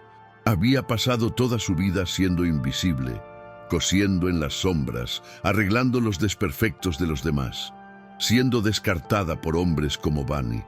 Pero ahora estaba en el centro del escenario. Tenía la verdad en su mano y la evidencia en su bolsillo. Correr ya no era una opción. Si huía, seguiría siendo una presa. Si se quedaba, podía convertirse en la protagonista de su propia tragedia. «No, Leo, no corremos más», dijo Elara, su voz firme, proyectándose con una autoridad que sorprendió al joven. Se puso de pie, irguiéndose cuán alta era, el abrigo de Marta Sibelina cayendo sobre sus hombros como el manto de una reina guerrera. Él quiere esto, quiere borrar la historia, pero olvidó que en un teatro la acústica hace que hasta el susurro más pequeño se escuche en la última fila. Elara entendió entonces que la victoria no consistía en sacar el diamante del edificio en secreto, sino en usarlo para atraer a Vane a la luz, para obligarlo a confesar ante testigos, aunque esos testigos fueran solo fantasmas y un joven bibliotecario con un teléfono móvil. Elara sacó el diario de a bordo de su bolso y se lo entregó a Leo. «Escóndete en la cabina de iluminación, graba todo, transmite en vivo si puedes. Hagas lo que hagas, no bajes hasta que termine». Leo intentó protestar, pero la mirada de Elara no admitía discusión. Era la mirada de alguien que ha aceptado su destino. Leo asintió, tomó el diario y corrió hacia la escalera de caracol lateral, desapareciendo en las sombras de la estructura. Elara se quedó sola en el escenario, iluminada por su propia linterna que dejó en el suelo, creando un círculo de luz que la convertía en el único foco de atención en la inmensidad negra. Marcus Vane emergió de la oscuridad del pasillo central, flanqueado por el cazador y 2 guardias más. Caminaba con la arrogancia del dueño, pero se detuvo al ver a la anciana de pie junto al candelabro caído, esperándolo. «Impresionante, Elara», dijo Vane, aplaudiendo lentamente. El sonido de sus palmas fue seco y cruel. «Has llegado más lejos que nadie en un siglo, pero aquí termina tu tour histórico. Entrégame el abrigo y lo que hayas encontrado, y tal vez te deje salir caminando». Vane creía tener el control, pero no veía el fuego en los ojos de Elara. No veía que ella ya no luchaba por su vida, sino por algo inmortal. Elara metió la mano en el bolsillo del abrigo y acarició la empuñadura de sus tijeras de sastre, su arma fiel. Luego, con la otra mano, señaló el diamante incrustado en el candelabro, haciendo que brillara bajo la luz. «No es mío para dártelo, Marcus. Pertenece a la mujer que tu abuelo asesinó, y hoy ella va a recuperar su voz». Elara dio un paso al frente, saliendo de la protección del candelabro, ofreciéndose como blanco pero también como desafío. La mirada central estaba completa. La costurera había dejado de remendar la realidad para rasgarla y exponer la podredumbre que había debajo. El acto final estaba a punto de comenzar, y el telón de la mentira estaba a punto de caer para siempre. Marcus Vane avanzó sobre las tablas podridas del escenario con una calma depredadora que contrastaba violentamente con la urgencia del momento, sus zapatos de cuero italiano resonando como martillazos secos en la acústica perfecta del teatro muerto. No corrió hacia Elara. Se deslizó hacia ella, saboreando el control que creía tener sobre la situación, mientras la luz de las linternas de sus guardias cortaba la penumbra, creando una jaula de haces blancos alrededor de la anciana. La atmósfera se cargó de una electricidad estática insoportable. El polvo suspendido en el aire vibraba con la tensión de un cable a punto de romperse. Vane sonrió, una mueca carente de cualquier calidez humana, y extendió una mano enguantada, no para pedir, sino para exigir lo que consideraba suyo por derecho divino.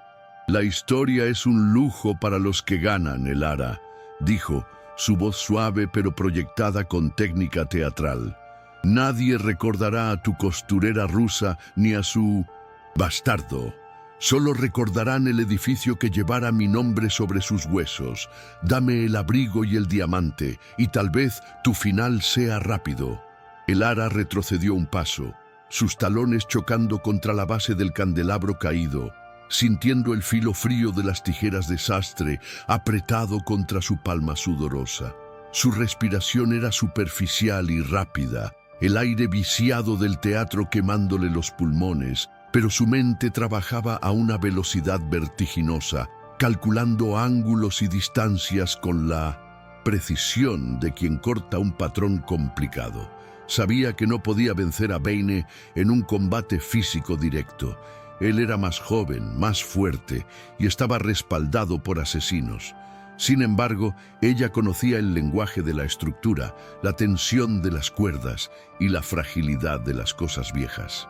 «Tu abuelo construyó su imperio sobre un cadáver, Marcus», respondió ella, su voz temblando de rabia, no de miedo. «Y tú estás dispuesto a matar para mantener ese secreto enterrado. Pero la podredumbre siempre sube a la superficie, igual que la humedad en una pared mal hecha». Sus ojos buscaron frenéticamente una vía de escape o una ventaja táctica en el caos de la escenografía abandonada.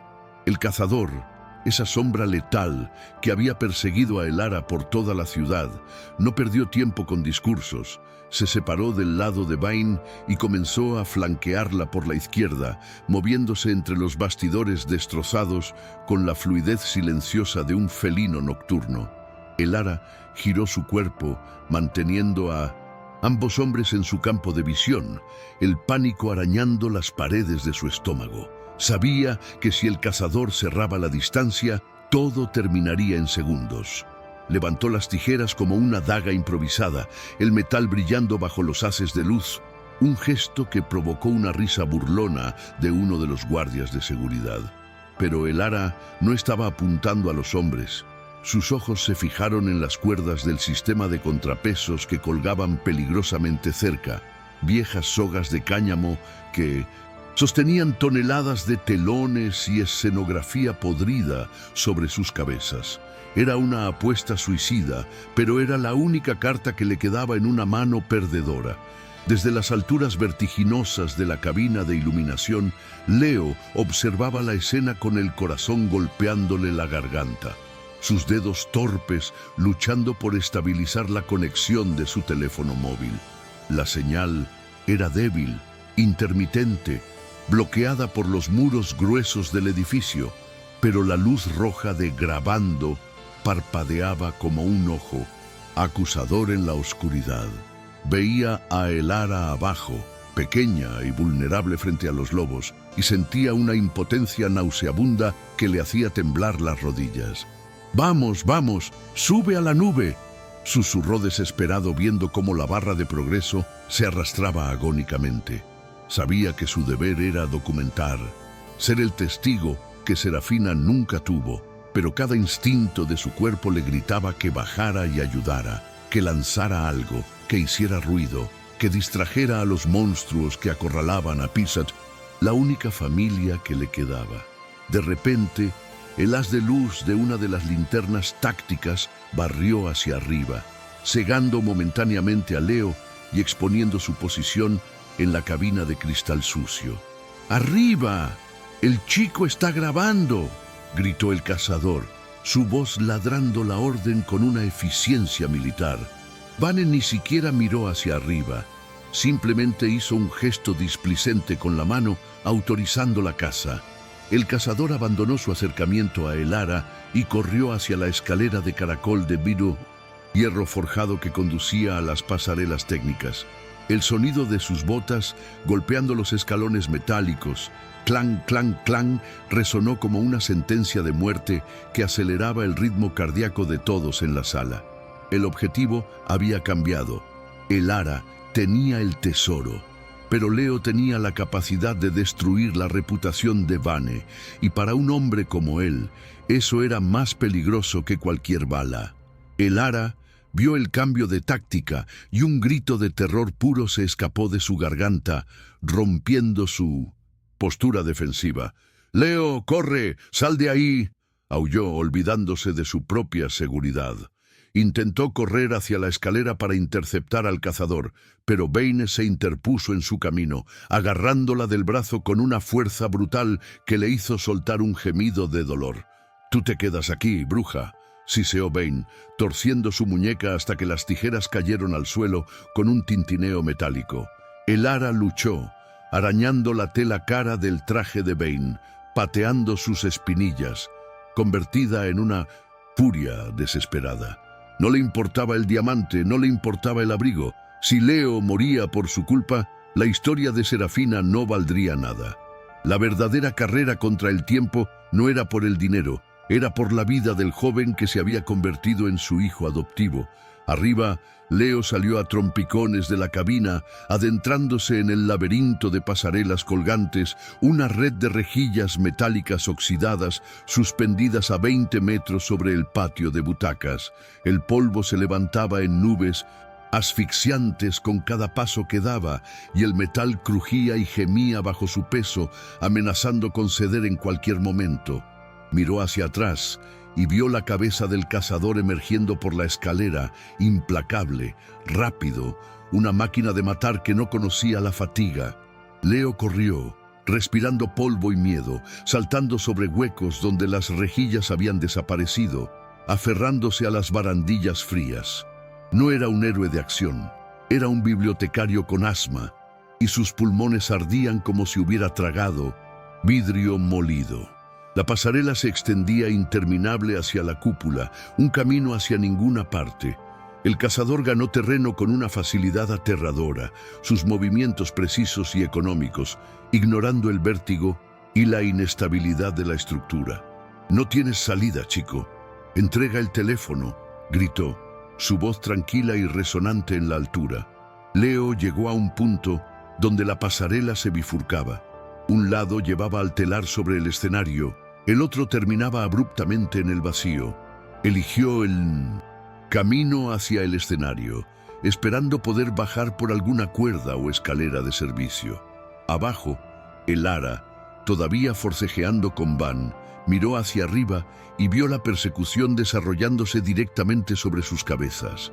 Una idea desesperada cruzó su mente. Si no podía subir, traería el techo abajo. Se soltó de Bane con un movimiento brusco, dejando que él se quedara con su manga rasgada, y se lanzó hacia el clavijero de las cuerdas en la pared lateral del escenario. El ara alcanzó las sogas, gruesas, identificando rápidamente la que sostenía el contrapeso de un viejo decorado de fondo, una tela pintada pesada y reforzada con barras de hierro. «¡Leo, al suelo!», gritó con todas sus fuerzas. Sin dudar, tomó un cuchillo de utilería oxidado que había visto en una mesa cercana y comenzó a cerrar la cuerda maestra. Las fibras de cáñamo se rompieron una a una, snap, snap, bajo la fricción frenética. Vane comprendió demasiado tarde lo que ella intentaba hacer. «¡Deténla!», ordenó a sus guardias, pero la cuerda ya había cedido.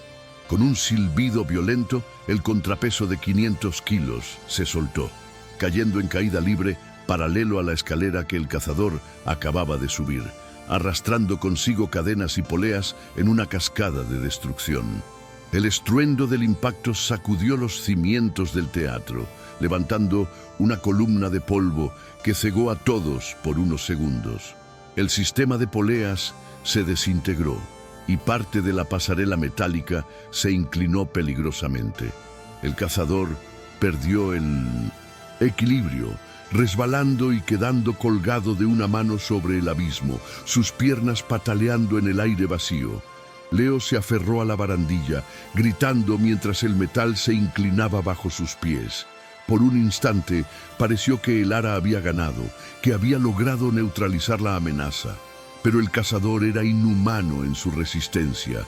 Con un gruñido de esfuerzo, se izó de nuevo a la plataforma estable, sacándose el polvo del hombro como si nada hubiera pasado, y reanudó su marcha hacia Leo, ahora más furioso y decidido que antes. La esperanza de el ara se transformó en horror. Su maniobra había fallado en detenerlo y ahora había enfurecido a la bestia. Vane aprovechó su distracción para agarrarla por el cabello, tirando de su cabeza hacia atrás violentamente. «¡Suficiente!», bramó, perdiendo su compostura fría. «¡Cazador, tíralo! ¡Tíralo ahora!». La orden fue clara y brutal. Ya no querían el teléfono, querían un cuerpo. Arriba, el cazador acorraló a Leo contra el final de la pasarela sobre el proscenio.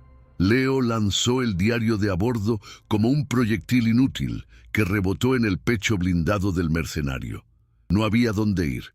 El cazador lo agarró por el cuello de la camisa y lo levantó del suelo, dejándolo colgar sobre la caída mortal de 15 metros. Leo pataleaba inútilmente, sus manos arañando los guantes de cuero que le cortaban la respiración, su rostro poniéndose rojo y luego morado. Miró hacia abajo, viendo a Elara a través de la neblina de sus lágrimas y la falta de oxígeno. Elara dejó de luchar contra Vine, se quedó paralizada viendo a su amigo, a su compañero, a punto de ser sacrificado. El tiempo pareció detenerse, congelando la escena en un cuadro de pesadilla. El joven colgando, el verdugo impasible y el villano sonriendo triunfante. «Míralo bien, Elara», susurró Vane en su oído, su aliento caliente y repulsivo. «La gravedad es la única ley que no puedes romper. Tienes 5 segundos para darme lo que quiero, o él aprenderá a volar». «Uno», comenzó a contar Vane. La mente de Elara era un torbellino de caos. El diamante estaba en el candelabro a sus pies. El abrigo con el mapa lo llevaba puesto. La carta estaba en su bolsillo. Tenía todas las pruebas, toda la verdad, pero nada de eso servía como paracaídas. 2. Si entregaba todo, Vane los mataría de todos modos para no dejar cabos sueltos. Si no lo hacía, Leo moría en 3 segundos. Era un jaque mate imposible. Pero entonces, su mano rozó el forro interior del abrigo, sintiendo la costura que había manipulado antes, en la seguridad de la biblioteca. Una idea, frágil y peligrosa como un hilo de seda, se formó en su mente. 3. El cazador soltó un poco el agarre, dejando que Leo resbalara unos centímetros, provocando un grito ahogado del joven. El sonido rompió el corazón de Elara, pero también cristalizó su decisión. Tenía que jugar el juego de Vane, pero tenía que hacerlo bajo sus propias reglas ocultas. No podía salvar a Leo con fuerza, con engaño. «¡Espera!», gritó ella, levantando las manos en señal de rendición total. Su voz resonó con una derrota que esperaba que sonara convincente. «¡Espera! Lo tendrás. Tendrás todo. Solo, por favor, bájalo». Vane hizo una señal y el cazador detuvo el movimiento, sosteniendo a Leo como un muñeco de trapo sobre el abismo. «Sabía que eras una mujer razonable», dijo Vane, soltándola y alisándose el traje. «El abrigo. Ahora». Elara comenzó a desabrocharse los botones de Marta Sibelina con dedos temblorosos. Cada botón era una despedida, cada segundo que ganaba era una tortura. Se quitó la prenda pesada, sintiendo el frío inmediato del teatro en sus huesos, una vulnerabilidad física que reflejaba su indefensión estratégica. Sostuvo el abrigo en sus brazos, la piel oscura brillando bajo la luz, ofreciéndolo como una ofrenda de paz a un dios cruel. Pero en su mente, Elara rezaba para que el trabajo que había hecho en secreto fuera indetectable. Estaba a punto de entregar el mapa, pero esperaba estar entregando un mapa ciego. «El diamante está en el candelabro», dijo Elara, señalando la lámpara caída con la cabeza. «Y la carta está en el bolsillo. Tómalo todo, pero deja que el chico baje». Vane miró el abrigo con codicia, sus ojos brillando más que la joya. «Tráelo aquí», ordenó. Elara caminó hacia él, sus pasos lentos y pesados. El cazador seguía sosteniendo a Leo, esperando la confirmación. La tensión era insoportable. Elara estaba a 2 metros de Vane. Podía oler su colonia cara mezclada con el polvo. Le extendió el abrigo. Vane lo agarró con violencia, arrancándoselo de las manos, y comenzó a rebuscar frenéticamente en los bolsillos, sacando la carta manchada de sangre. «¡Lo tengo!», gritó Vane, levantando la carta como un trofeo, riendo con una euforia maníaca. 100 años de miedo y era solo un pedazo de papel. Elara no miró la carta, miró a Leo, sus ojos comunicando una disculpa silenciosa y una orden urgente. «Prepárate, Vane». Embriagado por su victoria, miró hacia arriba. «Suéltalo», dijo con indiferencia. Elara gritó lanzándose hacia adelante, pero no hacia Vayne. No importaba el trato. Vayne nunca tuvo intención de dejarlos vivir. El cazador abrió la mano. Leo cayó, pero no cayó al vacío del escenario principal. Cayó sobre la red de seguridad de los músicos que Elara había visto antes, vieja y podrida, pero existente. El impacto del cuerpo de Leo rompió parte de la red, pero amortiguó la caída lo suficiente para que no muriera al instante. Cayó al foso de la orquesta con un golpe sordo y doloroso entre viejos atriles y sillas rotas. «¡Mátala!», gritó Vayne, dándose cuenta de que la caída no había sido letal y volviendo su furia hacia Elara. Pero el caos había comenzado. Elara ya no tenía el abrigo, ni el diamante, ni la carta. Estaba desarmada frente a un hombre armado y poderoso. Sin embargo, mientras retrocedía hacia el borde del escenario, una extraña calma la invadió. La carrera contra el tiempo había terminado con una pérdida aparente, pero la verdadera trampa acababa de ser activada. El abrigo estaba en manos de Vayne, y eso era exactamente lo que ella necesitaba para destruirlo. Elara miró a Vayne acariciando el forro del abrigo, buscando el mapa del que hablaban las leyendas. Vio cómo su expresión cambiaba de triunfo a confusión. Sus dedos recorrían la seda, buscando los relieves, las costuras irregulares que Leo y ella habían descifrado. Pero Vayne frunció el ceño. Elara contuvo la respiración. Había llegado el momento de la verdad. La cuenta atrás había llegado a 0, pero la explosión no sería de fuego, sino de información. «No está», murmuró Vayne, la incredulidad coloreando su voz. «¿Dónde está el mapa?». Elara sonrió, una sonrisa triste y afilada como una aguja. La persecución había terminado. El juicio final estaba a punto de empezar. Marcus Vayne pasó sus dedos enguantados por el interior del abrigo con una desesperación creciente, buscando los relieves táctiles que Elara y Leo habían descrito, las montañas y valles de hilo que supuestamente trazaban la ruta de la fortuna.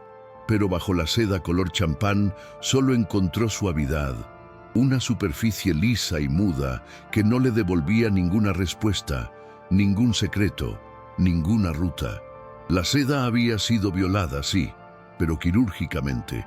Los hilos negros que formaban el código habían sido extraídos con una precisión tan meticulosa que apenas quedaban las cicatrices de las puntadas en la tela. Vane arrancó el forro con un grito de frustración animal, rasgando la obra maestra de 1920 solo para encontrar la entretela desnuda y vacía. El mapa había desaparecido, evaporado en el aire como si nunca hubiera existido, dejando al Seo con un puñado de ropa vieja y una carta que, sin la ubicación física del tesoro, era solo papel mojado en un tribunal. «¿Qué has hecho?», rugió Vane, lanzando el abrigo al suelo polvoriento del escenario y pisoteándolo con una furia infantil. Elara se mantuvo erguida, a pesar del dolor en sus huesos y el miedo que aún le martillaba el pecho, mirándolo con una serenidad que lo desarmó más que cualquier arma. «Soy costurera, Marcus. Mi trabajo consiste en alterar, en ocultar y en revelar según sea necesario», dijo ella con voz firme.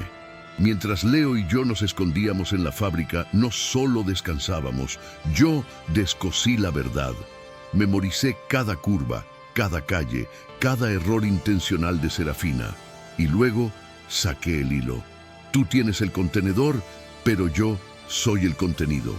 La revelación golpeó con la fuerza de una bofetada. Había subestimado el poder de unas manos viejas y trabajadoras, asumiendo que la tecnología y la fuerza bruta eran las únicas formas de poder. Vayne, acorralado por la humillación, giró su atención hacia el único premio tangible que le quedaba, el diamante incrustado en el candelabro caído. Si no podía tener el mapa para limpiar su nombre, tendría la joya para financiar su huida. Se abalanzó sobre la estructura de bronce y cristal, sacando una navaja automática de su bolsillo para apalancar la lágrima de los Románov de su engarce centenario. El metal chilló bajo la presión, un sonido agudo y desagradable que resonó en el teatro vacío. El ara dio un paso adelante para detenerlo, pero el cazador, que había bajado de las pasarelas, le bloqueó el paso con su pistola en alto. «Ni un paso más, abuela», advirtió el mercenario.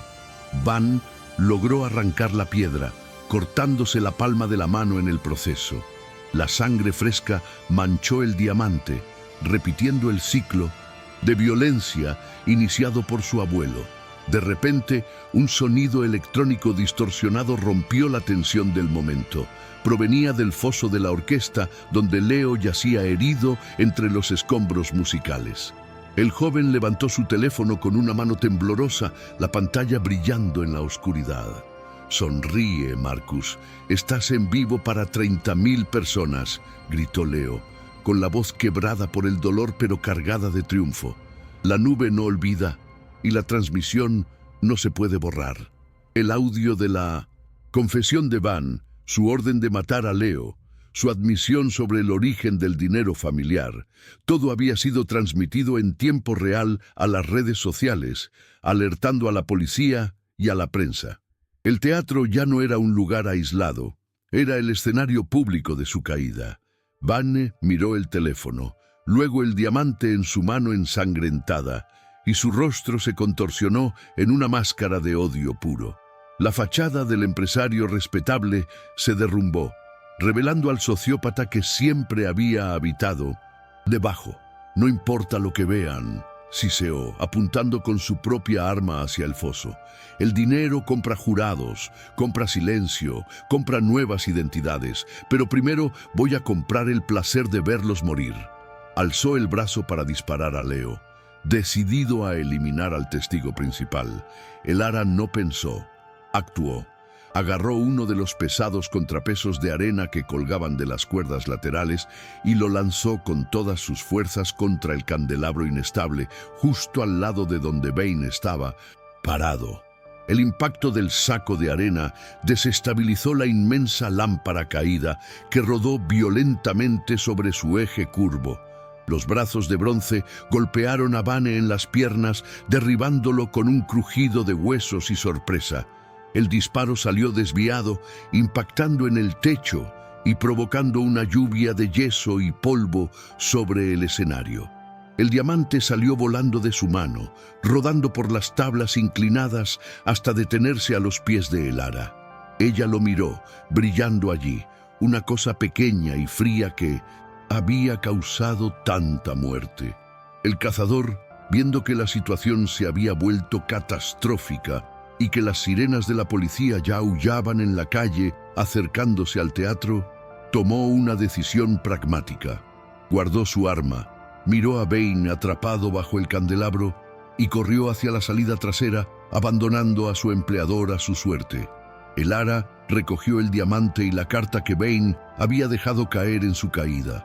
Se acercó al hombre que había intentado destruir su vida, ahora inmovilizado por el peso de la historia que intentaba borrar. Van gemía de dolor, su pierna atrapada bajo el metal ornamentado, su traje impecable cubierto de suciedad y sangre. «¿Por qué?», preguntó él, mirándola con una mezcla de odio y confusión genuina.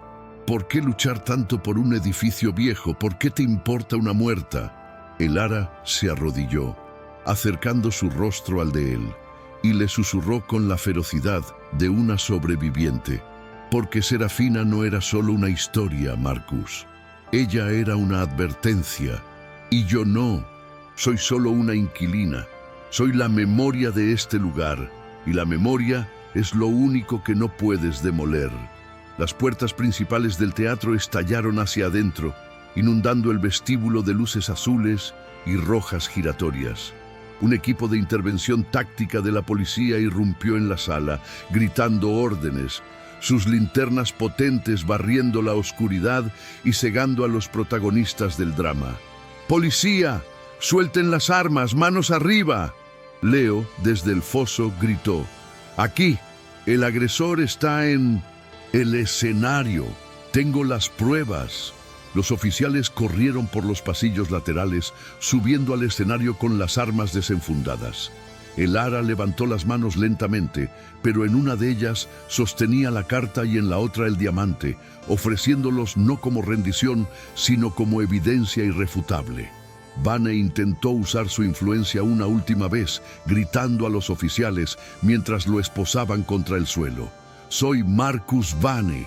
Esa mujer me atacó. Es una ladrona». Pero uno de los oficiales, un sargento veterano, recogió el teléfono de Leo, que seguía transmitiendo. «Señor Vane, hemos escuchado todo desde la central. Está detenido por intento de homicidio, secuestro y conspiración». La realidad legal cayó sobre el magnate como una guillotina. No lo arrestaban por los crímenes de su abuelo en 1920, que ya habían prescrito, sino por su propia arrogancia criminal en el presente, capturada por la tecnología del chico al que intentó matar. La justicia poética se cerró con el clic metálico de las esposas. Mientras los paramédicos bajaban al foso para atender a Leo, Elara se quedó sola un momento en el centro del escenario. El caos de la policía, las radios sonando, las fotos de la escena del crimen, todo parecía ocurrir en segundo plano. Ella miró hacia arriba, hacia la oscuridad de las bambalinas, donde había imaginado a Serafina escondiéndose hace un siglo. Sintió una brisa fría, un suspiro de aire que no venía de ninguna puerta abierta. El peso en su pecho se aligeró. Había cumplido, había entregado el mensaje. La lágrima de los Romanov ya no era una leyenda maldita, era una prueba policial etiquetada en una bolsa de plástico. Leo fue sacado en una camilla, con el tobillo vendado y magulladuras en el cuello, pero sonriendo. Al pasar junto a Elara, le extendió la mano. Ella la tomó con fuerza, sus dedos callosos entrelazándose con los del joven historiador. «Lo hicimos, Elara. Escribimos el final», dijo él.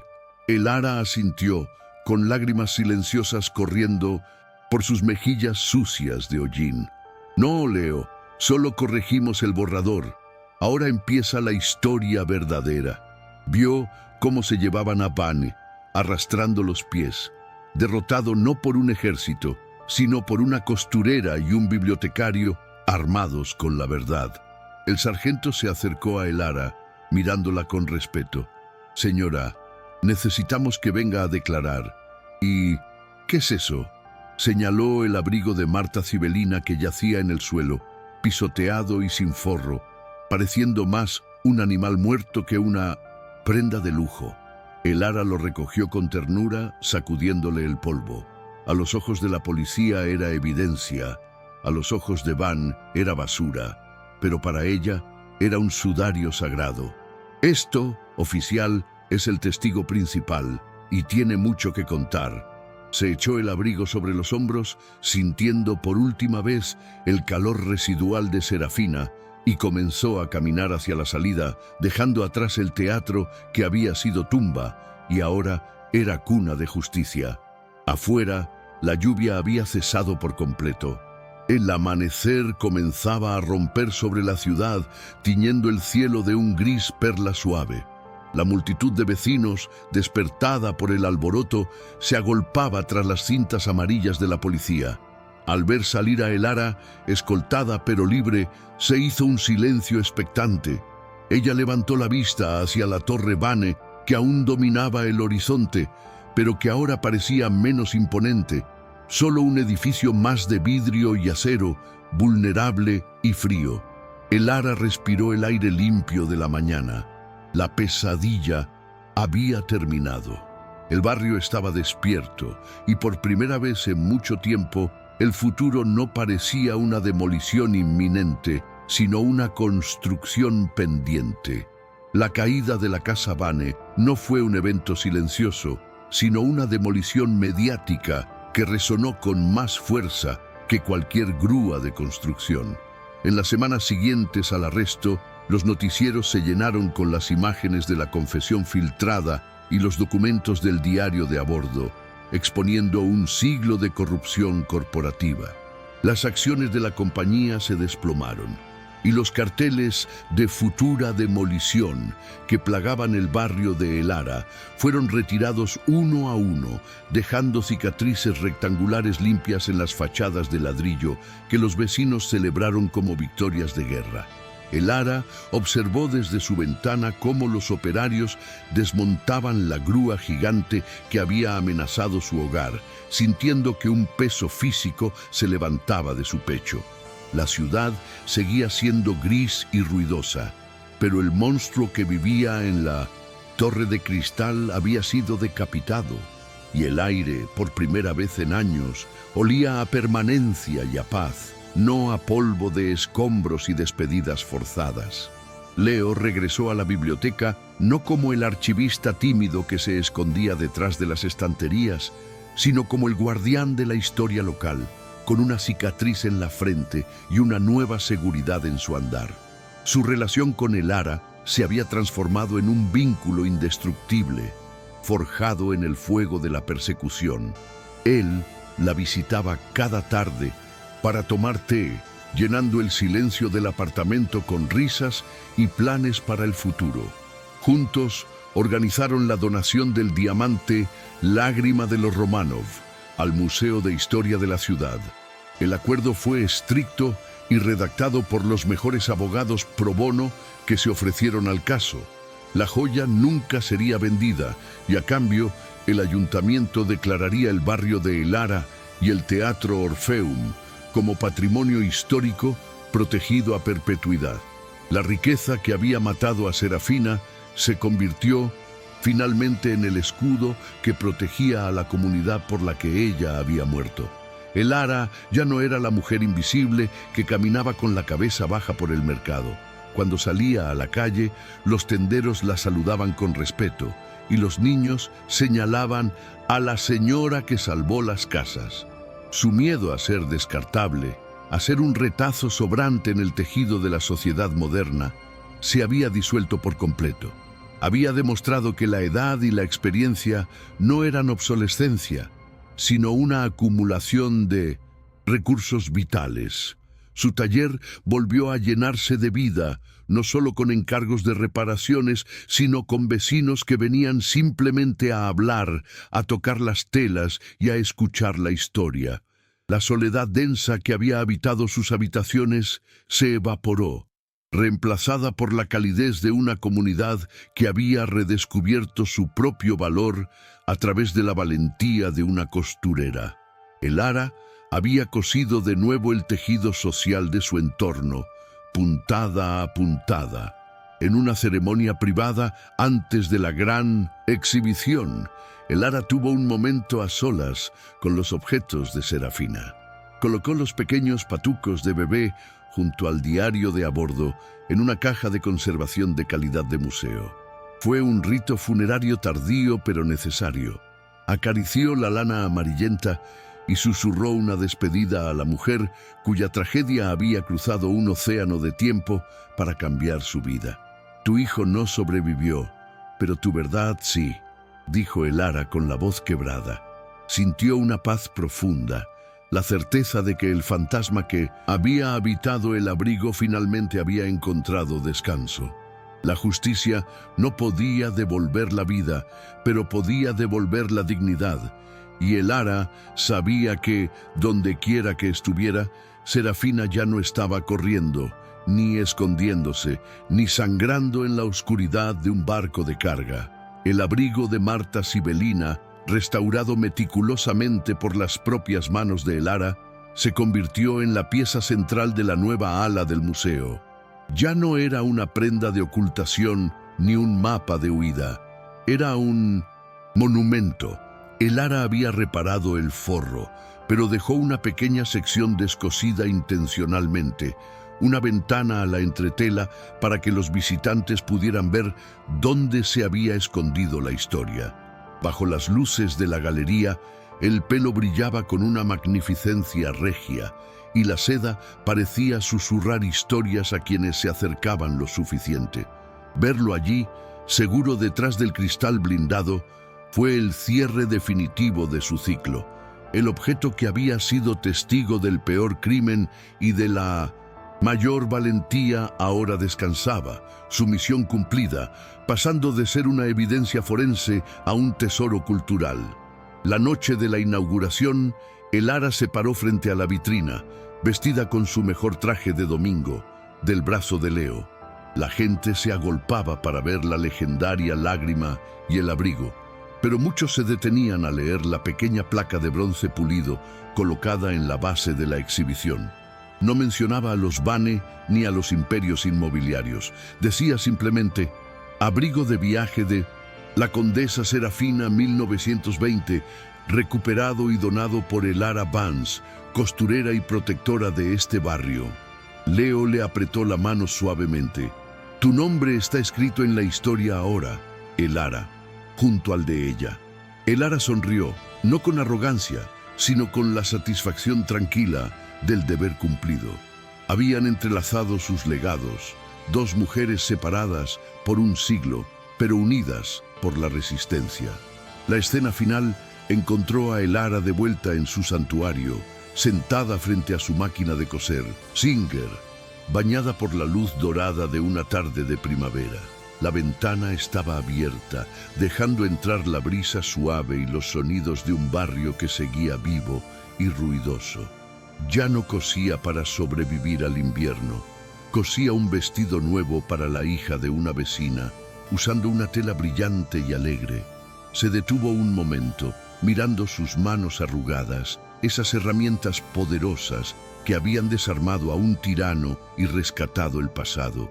Tomó un hilo rojo, fuerte y vibrante, y lo enhebró en la aguja con un pulso firme. La ciudad afuera seguía cambiando, pero ella ya no tenía miedo al cambio. Pisó el pedal, y el ritmo constante de la máquina, taca, taca, taca, sonó como un corazón fuerte que late, continuando la historia, una puntada a la vez.